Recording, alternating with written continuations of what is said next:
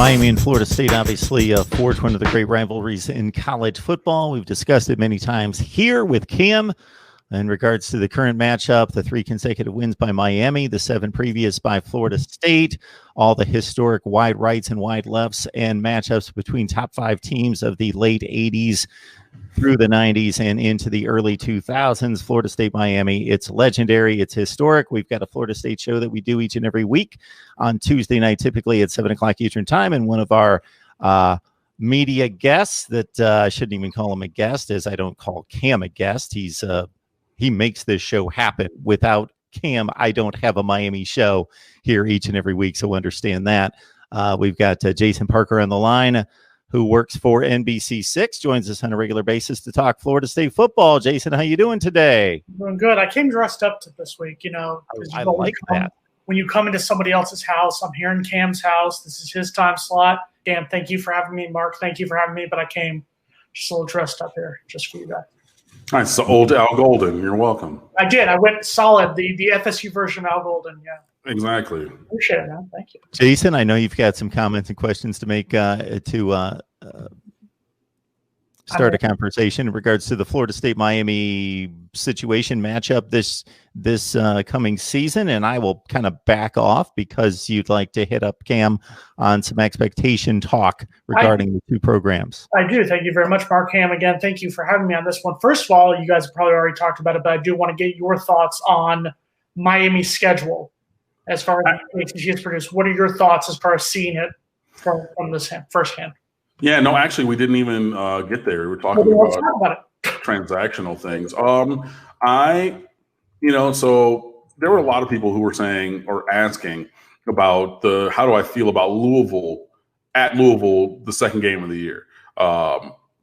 And I'm fine with it, honestly. I mean, again, respect all opponents and fear none. And yeah, we put up a bunch of points and we're going to have to score points to win that game. It's not going to be a 14-13 kind of a game. You're going to have to put crooked numbers on the board. You're going to have to find the end zone. But it doesn't scare me or anything. Florida State week 3, that's very early, but I'll take that win before the bye week. At Clemson, coming off of a bye, it's good that we're coming off of a bye in theory. I need to see it in practice, however, because Miami got worse and worse every time that we had a bye week last year. The following game, because we had 3 of them, because we played week 0, and then we had one week 3, and then week 8. And after each one of those bye weeks, the performance was progressively worse throughout the season. So having an extra week to prepare, in theory, is good. To go up against Clemson, but I need to see how that actually goes. The rest of the schedule, I think I'm fine with, adding North Carolina State and Louisville. Yeah, it did raise that's kind of a peer level thing, but the real thing, and I spoke with Mark about this last week when the list came out before the actual calendar, you add Clemson to the schedule, your schedule's harder, just period. Mm-hmm. So there is a little bit of that, but I mean, UAB, that was a team we were already going to play as a non-conference. I'm fine with that. Having the bye weeks, when are week 2 and week 4 and week 8. So you get 3 on, a bye, 3 on, then a bye, and then you play the rest of them, assuming we get all the way to the end. That would be great. And then ending with North Carolina, that could potentially be a game that could decide the second slot for the ACC championship game. If things go a certain way. I think it's a good schedule. It is a little bit more challenging, obviously, because, putting Miami and Clemson together in the regular season is an upgrade, but yeah. If you do lose to Florida State, let's just say in week 3, and obviously you think Miami's going to win, I think Florida State's going to win. Something we've talked about on the FSU chat is Florida State being Florida State, where they lose games they shouldn't lose. Like we should have lost to Wake Forest, should have lost to Boise State, and how it sets on that. You had that same situation last year where you should have lost to Georgia Tech. You should have lost to FIU, and how that FIU loss kind of set you there.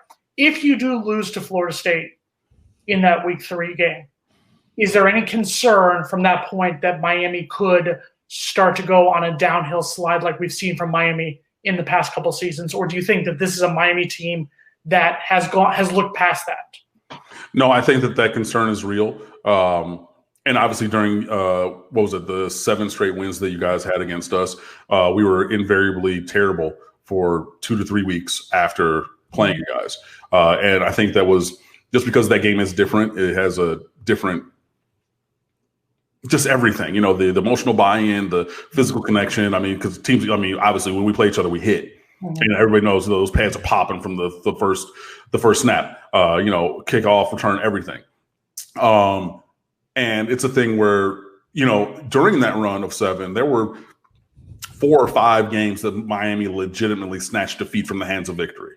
A couple of them, Dalvin Cook was just Dalvin Cook, and y'all had him when we didn't. I get it.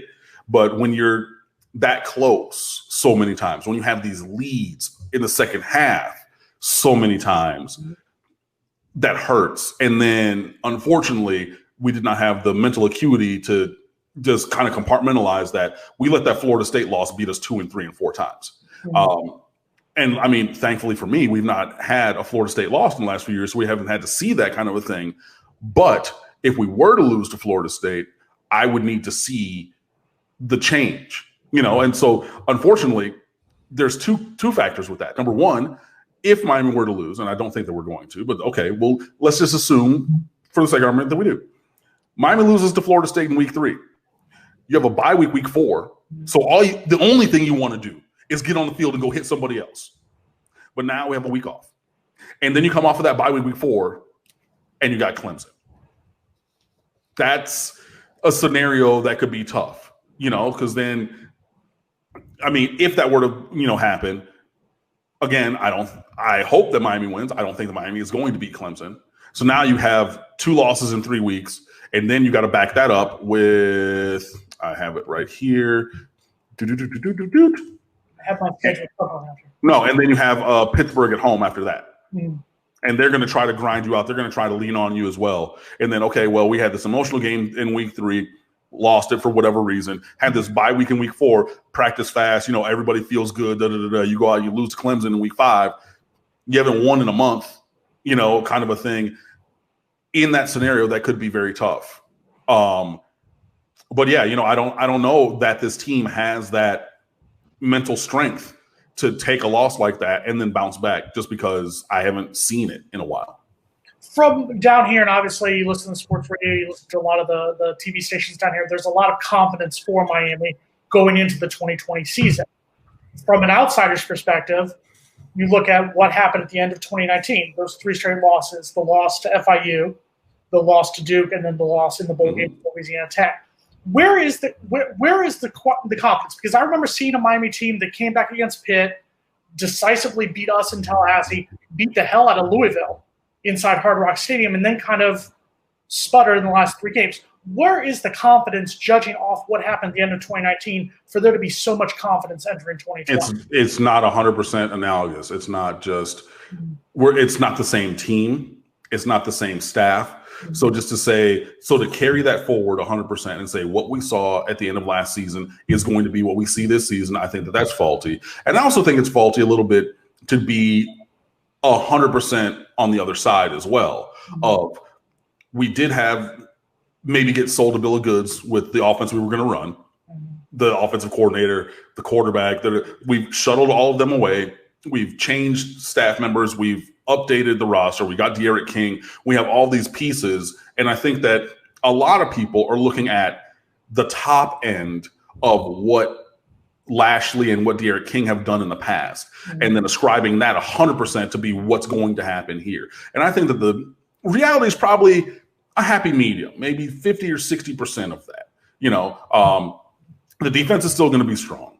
The defense has lots of players. You're going to get Bubba Bolden back, who broke his ankle celebrating an interception at Pitt.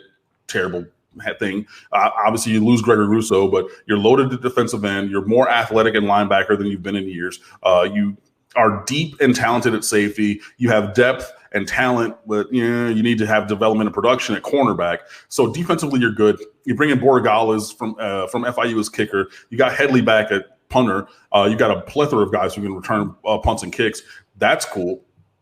On offense, yeah, it's that. So, people are just, like I said, they're looking at the top end of Rhett Lashley calling games and De'Aaron King in 2018 and even the beginning of 19. People are saying, oh, he was bad. No, he just wasn't as transformational in 2018 or 19 as he was in 2018. But I mean, that was rare air. And people, I think, you obviously want to distance yourself from last season. I think the fan base does, and I think that a lot of people do. And I think that that's where all this optimism comes from, just because we have that new shiny toy in the offense, in the offensive coordinator, in a couple of the coaches, and a couple of the players on offense. And you're just really kind of excited for that. But again, I think the reality is hopefully going to be somewhere in that middle. And look, if we get to that kind of unrealistic ceiling that has been talked about, it'll be fun for me. I don't think it's going to happen. But, I mean, if you get all the way there, whoa. I think Miami has the talent to win 8 games at least. They should win at least 8 to 9 games without a doubt, talent-wise. And I guess last question before I'll turn things over back to Mark. D'Eriq King, that's the name you've mentioned. It's the name that everyone has been praising. D'Eriq King is going to be the next great quarterback in the lineage of quarterbacks. What will be different from D'Eriq King than what we've seen the last 2 seasons from N'Kosi Perry and from Jaron Williams? What are we going to see differently from D'Eriq King that we haven't seen? Because we've seen N'Kosi Perry lead the comeback in 2018 against FSU. Jaron Williams came up to Tallahassee. He made us look silly in 2019. How will D'Eriq King be different than those guys, and what should we see from him in Miami in 2020? I mean, the big thing is his ability to run is singular. It's different than any quarterback we've had. And N'Kosi can run, and he ran a lot in high school, but Mark Richt coached it out of him. And you could even see it during games in 2018 when he would want to run and say, my instinct is to go. There's still a clip up from a practice video from a cherry picker of, as a true freshman, N'Kosi Perry just undressing a guy in the hole, shake, shake, gone. And you're like, whoa, this is what this guy can do. And Mark Richt coached it out of him. You could literally see, I want to run. Oh, Jesus, I'm hitting things. I want to run. Coach is going to yell at me. Never mind. You could see that in his mind. And D'Eriq King, however, can and will run. And they're going to call plays for him to run. And he's on a streak of, 15 games with a passing and rushing touchdown. For Miami to be good, that's going to continue. And if you think back, there's not been a quarterback who can run like D'Eriq King for Miami pretty much ever. I mean, you have Derek Crudup, who was my freshman brother in 2000 from Deerfield Beach High School right up the road here. He was, the backup, and he could run. You had Kenny Kelly. I mean, he could run some, but he couldn't even run like D'Eriq King, But you put that in there and you add the element of a QB run. I mean, okay, Malik Rozier scrambled a little bit. Yeah, he did. Harris, maybe, I'd say. You could. Who? Ja'Cory Harris had his. No, not at all. Not at all. Not at all. Ja'Cory Harris was a pocket quarterback. When he first came in, he ran the ball, and he ran less and less as he was like Geno Smith. He was black and kind of quick. He was not a scrambling guy. No, he set the Dade County passing record by sitting there and picking teams apart. They even went out to South Lake Carroll, who started the year as the number 1 team, and they whipped that ass by him sitting in that pocket and dotting them up with his arm. And sure, the game was a little too fast for him when he first got here as a true freshman. And I think that's what you see with everybody. I mean, Jaron Williams did it when the year he redshirted. He even talked about, he would see him pump fake in scrimmages because, oh my God, I didn't think there was going to be a orange jersey there in this scrimmage, but this linebacker he was flowing to the side underneath that route, and oh, whoa, and now I got to run because the timing's off on that throw. I think that was a reactionary thing from Ja'Cory more than a planned thing. But D'Eriq King, I mean, he has a 95-yard kickoff return to his credit as a true freshman. That kind of running ability is going to be a thing that is going to impact games. The kinds of options that we can run, we can just do straight quarterback run and let it be known, yes, he's 5'10", 5'9.5". He's not tall, but he's a very good passer. He's a better passer than people give him credit for. And I think that dual nature, that true dual nature of being equally effective as running and passing, that's going to open up a lot. And hopefully, if sometimes you just kind of dream about things, right? And think, oh, if if this recruit were on our team, or if this, whatever, if I were to get this job or if I would get this promotion, I would do yada, yada, yada. Rhett Lashlee has talked about having played, with SMU and watching Houston on the field because they're in the same conference or they play, whatever. And seeing him when he was working, in between when he's coaching up his own players and is saying, whew, man, if I had that kid on my roster, I would do this, that, and the third. And I hope that he actually wrote some of those things down. And I hope that some of those things come to fruition because, if you've seen it, and like Rhett Lashlee has in person for a couple of years, hopefully, you've already devised some of those things and found some ways to really tap into his talents. But, yeah, I just think that instead of with all the and to the heart of your question, in 2018 with N'Kosi Perry, in 2019 with Jared Williams, I think that the coaching staff, whomever it was, Mark Richt or Dan Enos, as the play caller, I think that they tried to have a scheme and then fit the player to the scheme, even though there might have been a disconnect between the skill set or the proficiency and things like that. Said, this is what I run and you're going to run this. And I hope that it's going to be the opposite this year where Rhett Lashlee says, this is what you're good at, and we're going to do a lot of that. So it's the inverse kind of a way, building the scheme around the players and not trying to fit the players to the scheme. When are you guys going to announce your seating capacity? I need to get tickets for the game. I need tickets for family members. So come on, man. When the Miami Dolphins come to a decision on what it's going to be, because obviously we play in their stadium. That's where we play. It's our home field. It's not our stadium. Everybody knows that. But we're going to abide by whatever their capacity number is. And then it's going to be just consistent for the game day staff and everything. And there's practical reasons for that because, your stadium staff are going to, the parking people, the concessions, the game operations, all of those people, who are setting up, if they're tarping off seats, if they're tarping off rows, sections, things like that, you can do it once and abide by that choice, whatever, for any game that's there. So, hopefully that'll be sometime soon. But yeah, that'll be it. If you're a betting man, what do you think it's going to be? If I'm a betting man, I think it's going to be 50% capacity or less. I would say maybe even a little less. I would say maybe if the Dolphins were to, because capacity at that stadium is what, 68, 70? I would say if they said 20, 25, just to put a firm number on it, I think that could be reasonable. So, yeah, somewhere in that, if they were to go with a number, I would say 20 to 25. If we're going percentage, I would say somewhere in that 40 to 50% capacity range. Mark, sorry, buddy, we can't get you down here for the game. Sorry, man. I can't get in. I can maybe get you a press pass if you want to be my assistant, but other than that, the voice of college football. No, man, can't get in. Cam can get you in. I can't get you in. I don't know, man. I don't know if I have that juice anymore. I called him a couple favors recently, so I got to see if I can go back to the well on that one. Land found. Mark boosts his ego by only posting the comments that glorify him or his channel. You really don't pay attention, Land found. I post anything that's in any way relevant to the conversation or anything involving college football. The only thing I leave out are your own tit for tat conversations in the live chat. But I will say that I saw Land found call me know-it-all Cam. And hey, I'm just glad that you know that I know it all.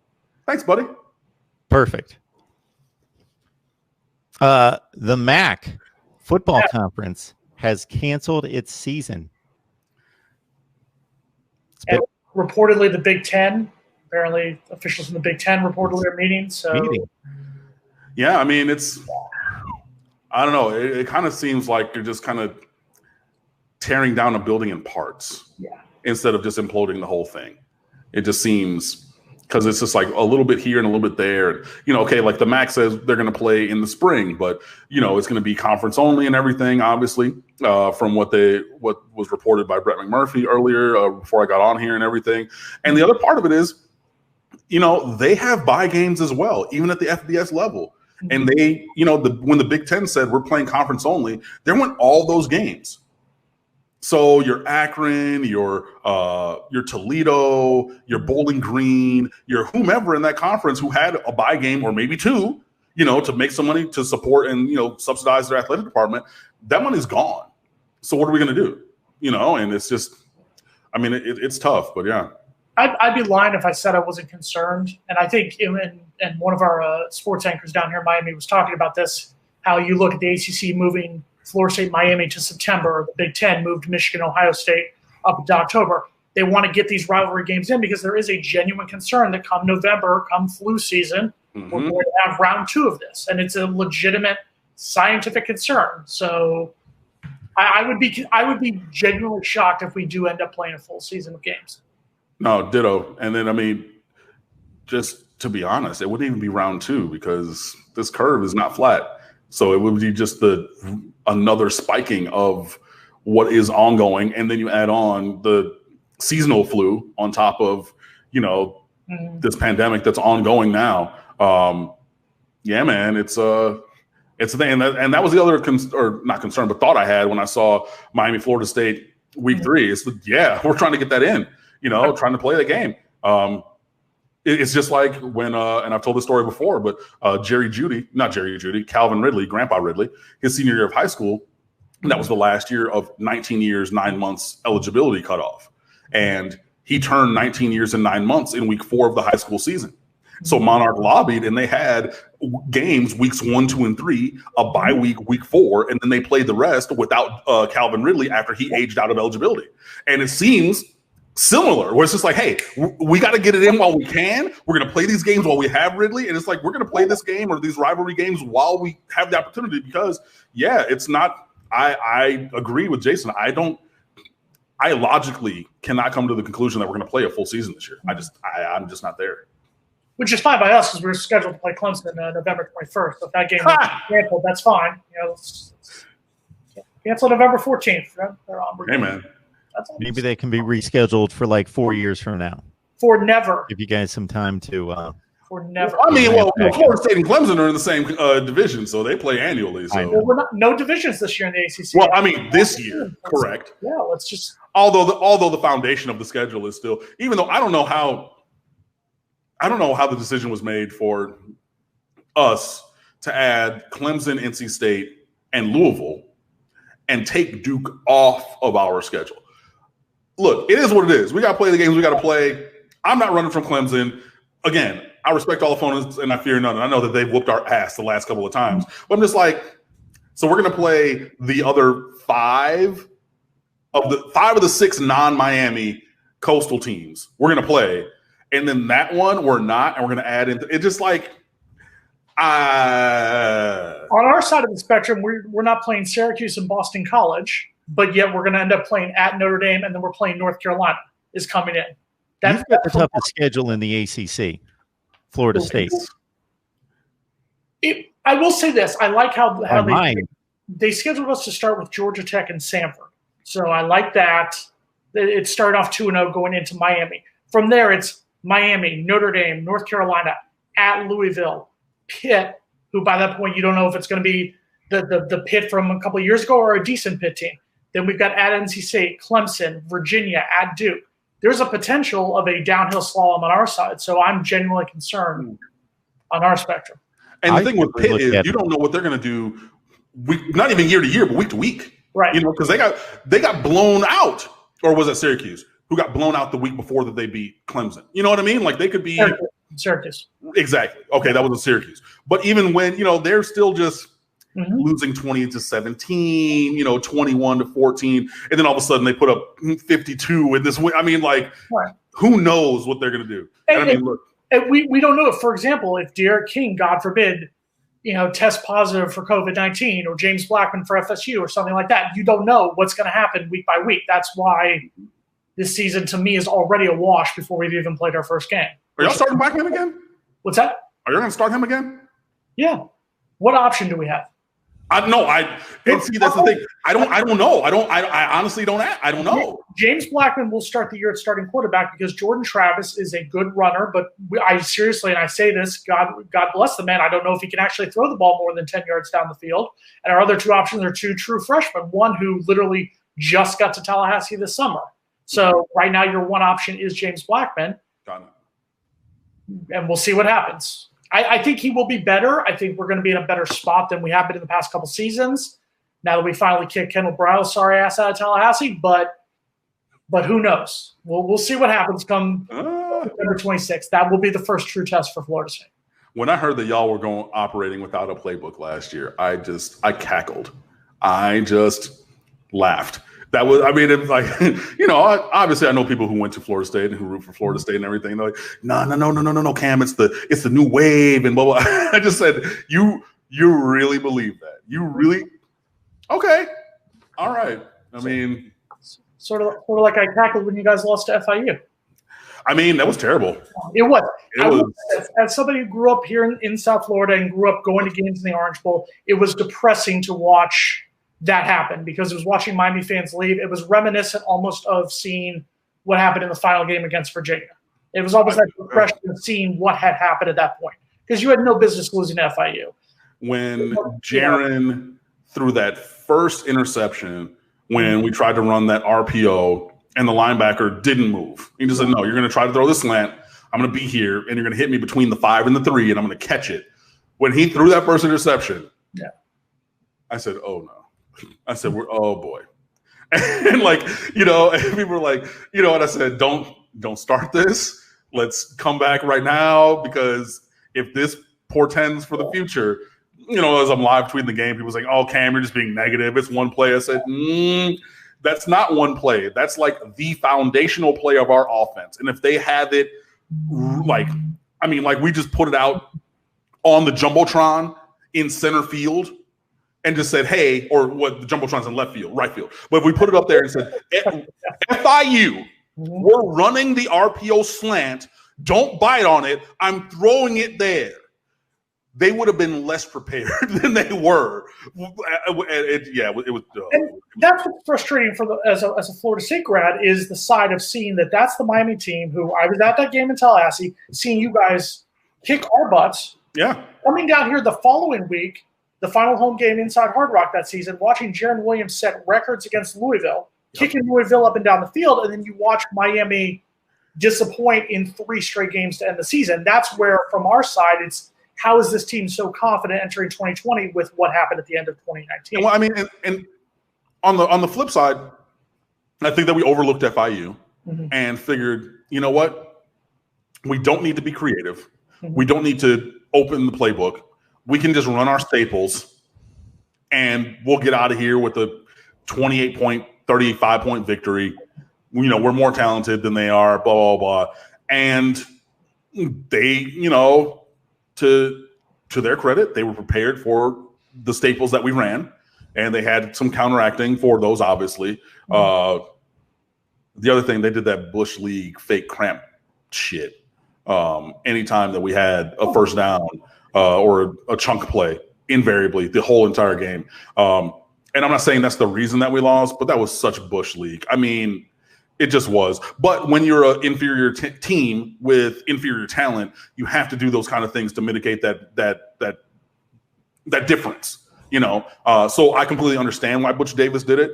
It was still Bush League. It was completely and totally Bush League, and I will call it that because that's what it was. And again, we did lose. They completed the mission. They beat us, and everything. But yeah, that part of things was just. I mean, it was Bush League. More importantly, they gave the media Popeyes after the game. So, and of course, I will be a whore to anyone who Popeyes for free. So, I mean, ain't nothing wrong with that. I mean, even though there's not really a Popeyes that close to Marlins Park. All right, think about it. The closest one is actually off of 183rd. Yeah. Right.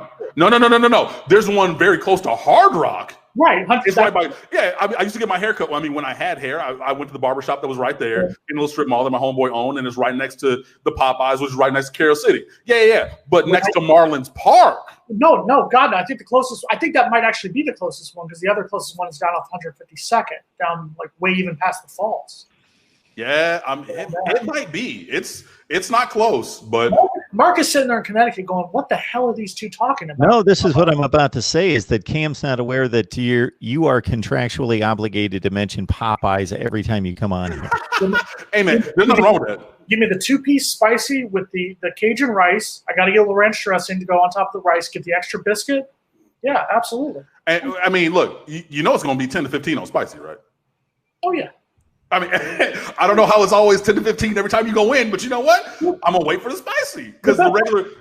We do at our station. We do fried chicken Friday, where I will go get the Popeyes and then come to the station.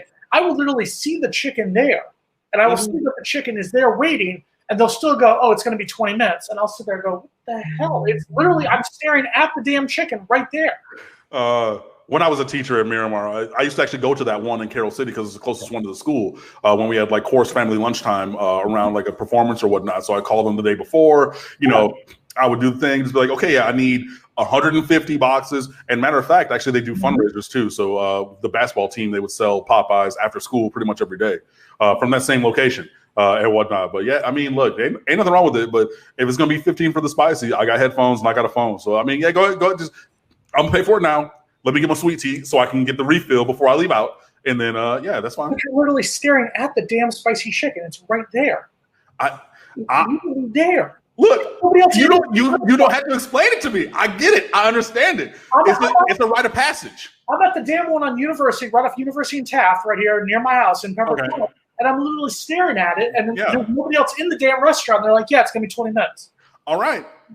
But I think when Popeyes does that, they test if you really want the Popeyes or not. Right. You know what I mean? It's just like, because I could say I got this Popeyes, I got this spicy right here, or I could say it's going to be 15 for spicy. Right. And I'm going to see if you're really about this Popeyes life. Because if you're not really about that Popeyes life, what are you going to say? I'll take regular. If you take regular, I don't trust you. You're a cop. You are the feds. No, I don't want any parts of that. Because if I got to wait 15 for spicy, I'm going to wait 15 for spicy.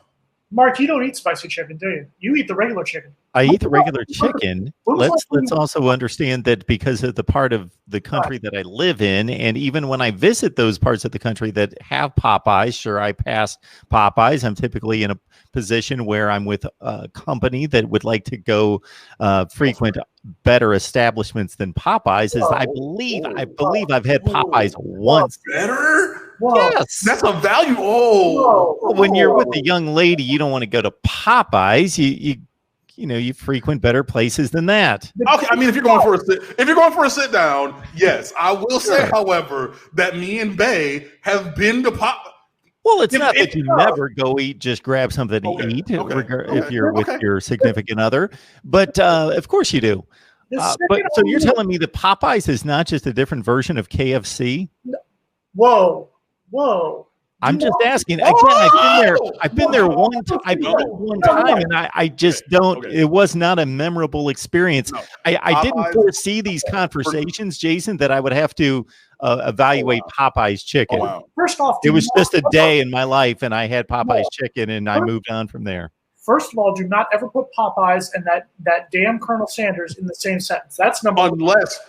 Jason, unless you're talking about KFC in the islands, because in Jamaica or Barbados or Bahamas, KFC over there is different than KFC here. It's more like Popeyes. But I'm saying if you're talking about Jamaican KFC, that's the only time I will let that comparison happen. I'm talking about the KFC in Broward County. Oh yeah, nah. I'm talking about the KFC off University 10 minutes from my house that I damn sure will never go to because there's a Popeyes literally half a block down the street. So that's number one. No, there is right there on University. Right on there. That's number one. Number two, Mark, I will tell you for a bona fide reason. The day I knew that I was going to marry the woman that I married was when she said, "Let's go to Popeyes." That's when I knew. That was the and I knew I was going to divorce her for a different reason later on, 6 years later. No, but I mean, like, we were going to get married. When she said enough of Popeyes. No, that was a different issue. But anyway, but look, I mean, yeah, if your old lady says, "Hey, let's get some Popeyes," oh, that's a love story. Absolutely. Like, I mean, I'm being like, and this is not exaggeration for comedic effect. That is like for real. Like, that's a real one right there. And I'm very upset because me and X-Bay years ago went to New Orleans and like for vacation, everything was wonderful. Stayed in the French Quarter, a block and a half away from the original Popeyes. And I was concerned with, all the gourmet meals that we're going to have and all the other experiences. And I didn't look up where the original Popeyes was. And so we were there in New Orleans for 5 days around the corner. And I literally went to Canal Street. And as I was like, okay, when I got in, it was in the morning. Like, okay, where should I go? And they were like, oh, go to Canal, bust this right, and go to this place for breakfast. Cool. And the breakfast was amazing. It was incredible. Oh, my God. But they could have told me go to Canal and bust his left, and a half a block right there is the original Popeyes. You ain't got to say no more. And so, like, I didn't realize that until I left, and so I'm very upset. So when I go back to New Orleans, the first thing I'm going to do is check into that same hotel, go over the half block to Canal Street, bust that left, the original Popeyes, and see what they talk about. So a little over 10 years ago, I was there to cover a Dolphins-Saints preseason game. Might have been a little drunk on the French Quarter, might have had a few drinks that might have been filled up, and by a few, I mean about 20 or 25, but that's a different note. I was bigger. All day. I was about 300 pounds at the time. I could fill up. I had room in there and whatnot. So I was drunk. We may have stumbled to that Popeyes. I may have gotten a big head and said, let me get the spicy, and maybe not realize that kind of how you said the spicy KFC in the islands is a little bit different. The spicy in New Orleans Popeyes is a little bit different than the spicy here in Hollywood, Pembroke Pines. So I may have shed a tear. I may have cried a little bit. It may have knocked my white ass out a little bit. But that's fine. You learn, you live, and you learn, so that when I go back for the Florida State LSU game in 2022, I'll know that there I have to get the mild. It's you live and you learn. Yeah, but I mean, I was very hurt that I wasn't able to go there and everything, but I'm going to change that. I'm going to rectify that error. Also, I do need to get to the original Chick-fil-A. Wait, no. The Waffle House in no. There's a Waffle House in Georgia that's called the Dorf House, the original one, and they like serve sit down, and they got like mac and cheese and collard greens and like all kind of like it's called the Dorf House. It's just south of Atlanta, the original Waffle House location, and like but they serve like a full authentic Southern menu, bro. I gotta get there. I'm a fan of Waffle House. Yeah. Put that on the list. Waffle House. I may have been drunk a few times at the Waffle. The Waffle House in Tallahassee is where I was drunk as a skunk and met Mark Curry from Hanging with Mr. Cooper fame, and then we took Mark Cooper to a party. So Mark Cooper was playing a gig in Tallahassee. He was high as you know what at the Waffle House on Tennessee Street. I was drunk as a skunk, and he's like, let's go party. We took Mark Curry to a house party in Tallahassee. And it was one of those times where you're like, it was that time, and then it was time drunk playing beer pong with Dan Marino in here down in Plantation. And I'm like, we're sitting there drunk. And I'm like going, I'm playing beer pong with Dan Marino, who was also a little intoxicated. Mostly Popeyes, you should sponsor Cam Underwood's show here. You should sponsor our show with FSU. We need sponsors. That's all. Yes. Considering the name is dropped more than James Blackman's is on our Florida State show. Literally, I will not turn that down. There's a Popeyes around the corner from where I live now, and everything. So, I mean, we actually will do the Florida State Miami preview show from Popeyes. If you sponsor us, Cam Underwood and I will do it from a Popeyes down here. You just hook us up. Hook me up with food. You can pay Cam. I just want food. That's all. I need to put together a video montage of how many times, Jason, you've mentioned and talked about Popeyes. Oh my word! I may go get Popeyes and send it to him. I may go get some Popeyes for lunch. That's what I was saying. There's one around the corner. Like I might have to slide now. I'm just saying. I want that chicken, man. That's all I'm saying. When I've left this set a couple times and gone off camera, that's my daughter heading out to get us some little breakfast. But it's not going to be a Popeyes. It's 12:30. You're eating breakfast? Come on, man. Yeah, I work all hours. I get up 15 minutes before Cam and I jump on here, and I'm famished at this point. And yes, breakfast is the first meal of the day, regardless of when that meal comes. And look, we don't breakfast shame around here. I will do breakfast for dinner. Oh, yes. Come on. Do you remember Shoney's back in the day? That's what I remember for breakfast. They don't have those around here anymore. A what? A Shoney's. Shoney's. Yeah, no, they don't have those down here anymore. There used to be one over by Nova off of on the way of Friendly's. I live right by there in the Cecil Collins building before you used to jump out of that building before you got away. Cecil, the Diesel Collins building. Yeah. And that's where the one Waffle House around in Broward County is. Right there. Right there also. Thank you. So Jason turned this over to me about 25 minutes ago, I think. Is when you made your comment. And then mentioned Popeyes, and then Popeyes happened. Sorry. Go ahead, Mark. So this is what I have, and you guys could stay on here. Hey, I could leave, and you guys could go on for hours. It's up to you. Certainly, we got 233 people on the line. Regardless, Cam, I would ask, regardless of how much time you have, that we respect the super chat comment and question here and recognize Dwayne Baker 305. Cam equals infinite knowledge, period. Great content. Mark Cam, what do you think the ceiling for Cam Harris will be? The king running the show. I think he runs like 1,100, 500. Oh, rushing, receiving, I'm guessing. Yeah. 17 to 20 touchdowns. Your thoughts? Thanks. I think that's the super, super high end. Especially because Derek King is going to run, so he's going to cannibalize some of those opportunities.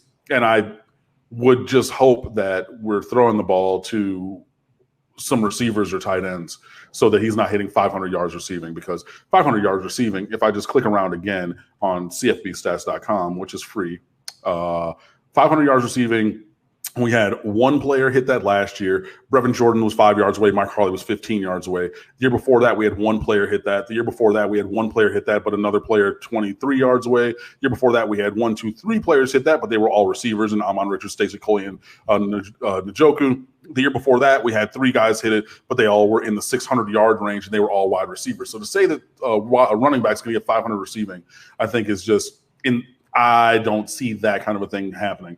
I would say somewhere in the range of 1,000 yards. I mean, assuming we play a full season, 1,000 yards to 1,100 rushing, I think could be towards the upper end of what we can see. Because again, I think that we're going to rotate in some of those younger guys, and Derek King is also going to run. I would say maybe somewhere in the 150 to 200 yard range receiving for Cam Harris would be a thing for him, just because if we're going to throw the guys out of the backfield, I would rather throw it to Jalen Knighton or Donald Chaney Jr. And then, again, I would hope that most of those receiving yards, instead of being quick screens and things, would be going – or to running backs would be going to receivers. And if you're looking at what Derek King did at Houston, when they ran those screens, those were for – what's his name? Number 5, Marquez Stevenson, the fast wide receiver. They would run tunnel screens for him. They would run bubbles for him. You know what I'm saying? So maybe you're going to take some of those yards and put it elsewhere. I would say, I mean, if you're 12 or more touchdowns total for Cam Harris, you're in a good spot. So, yeah, I would say somewhere around that 1,000 yards, maybe 1,300 total yards with 12 or more touchdowns. I think that's more realistic, and I think more what we're going to see. Derek King has 50 touchdowns in 11 games. Sign me up. Sign me up. He posted 50 in what I'm guessing was 13 games a couple of years ago, of course. Yeah. So, I mean, yeah, you're going to 50 and 11. So you're talking pretty much 4.5 a game by himself.